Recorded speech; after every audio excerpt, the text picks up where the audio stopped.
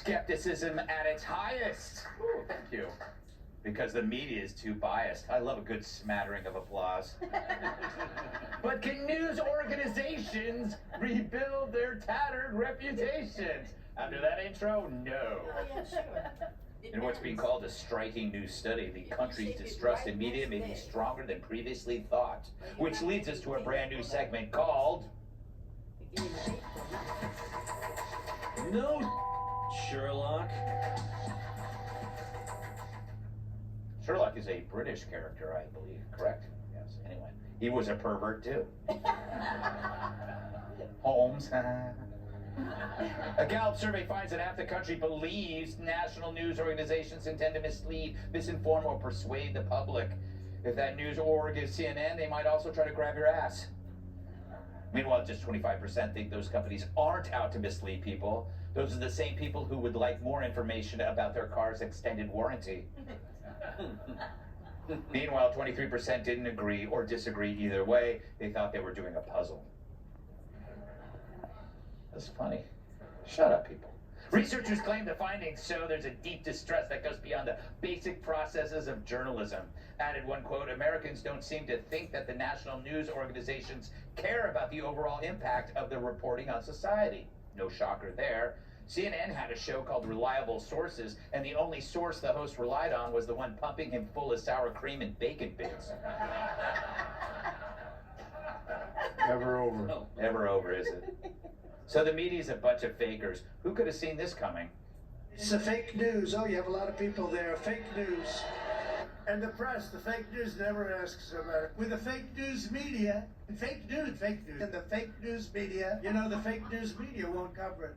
Well, he got that right. Tyrus, did he break the media for good? Yeah, he did. And, well, no, they broke themselves. Yeah. He didn't do that. He was just being who he was. They just thought that they were just clever and they could monetize off him and ruin him at the same time. And it backfired. So that's what it was. They loved him because they could make money off him, and they thought destroying him would keep the party going. Because what did he do that most politicians never do? Fight back. And fight back at a high level. He would say fake news, and they'd be like, oh yeah, so here's some more fake news, and they keep going and going. The problem is, then they let that spill into American health.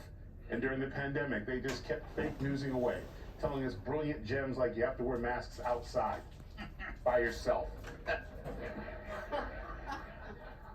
And if you didn't do it, something was wrong with you. And now we're seeing with the train derailments where these massive chemicals are being in the air, and they're like, yeah, sure, yeah, it's good to go home. We tested a house. A house. Like, they continue to insult our intelligence. They don't give Americans the opportunity to accept bad news, process, and make decisions for themselves. Why? Because that's bad for ratings. And they're not interested in the story, so they want to wrap it up as soon as possible. Because if that train would have had a Donald Trump poster on it, they would have nobody there yet. It would be a huge cover. We'd be talking about it nonstop. No, we wouldn't be on air tonight. It would be preempted, so somebody with a lot of face makeup would be standing many miles away from there talking about how Donald Trump destroyed the atmosphere in Ohio. So it's rating based, and they all went in on Trump, and the American people see it and they saw it. Kat, is there something new to this stuff in your mind, or is this just more of the same? Yeah, I was like, this story again?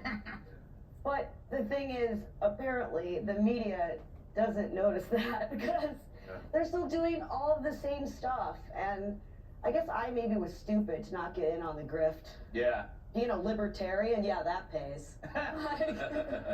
You Powerful people love me. I think you should have gone woke. I should have gone full victim woke. You should have been the real dirtbag Deb. Yeah. Yeah. Do you know how popular I would be? Yeah, you would. I'd have to spend a lot less time getting ready, too. Emily, I also get the feeling that now we do have a common enemy, and I think it is the media. I don't know anybody who likes the media. I mean, this might be the one thing that could save America. I just feel that the media has bled into the government. You know, it used to be its own entity. In addition to being more trustworthy, it used to be so much more separated. And I see now such a chicken or egg factor with talking heads in this administration.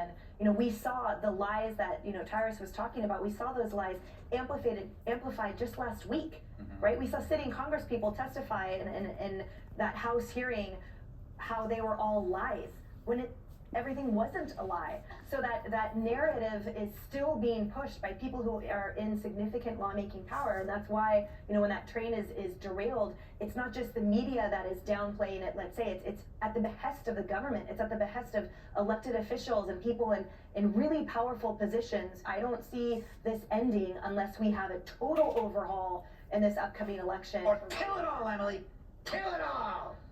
Kill it all. You know We're what? depressing today. You know how we found out about the train derailment? It wasn't from national news. It was from local news that was being retweeted. And like people, I saw it. I go like, I don't really know what's going on there. But it's like I'm not seeing it anywhere else except like KTWM, you know, train derails. And it's like, is this from 2018 or 2023? I can't tell. But that's how we found out. It's actually the local news who are still doing the job. Yeah, local news was the basis of all news in this country. I mean, it was you know, good reporters in regional newspapers who were the people who made their way up. Those people used to make their way all the way up to the top newspapers.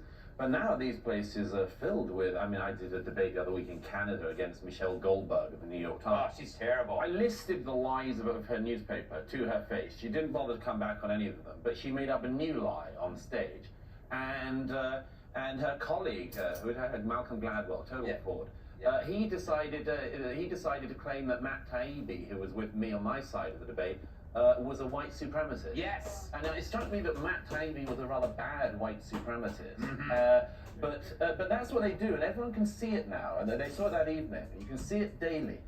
The media has become transparent to the public. They know the game. We know what they're doing. We see, like, you know, they used to love Elon Musk. Now they don't. Now it's like, oh, he was born in South Africa. Yeah. Must be racist. Yeah. Must have personally done apartheid. Yeah. You know, they can do that to you. They can do it to Elon Musk. They can do it to any of us. They can do it to anyone in the audience, anyone watching tonight. Everybody knows that now. And I'm going to do it to some people. Ah. Because I'm in the media. Coming up, science fails and claims there are no miracles.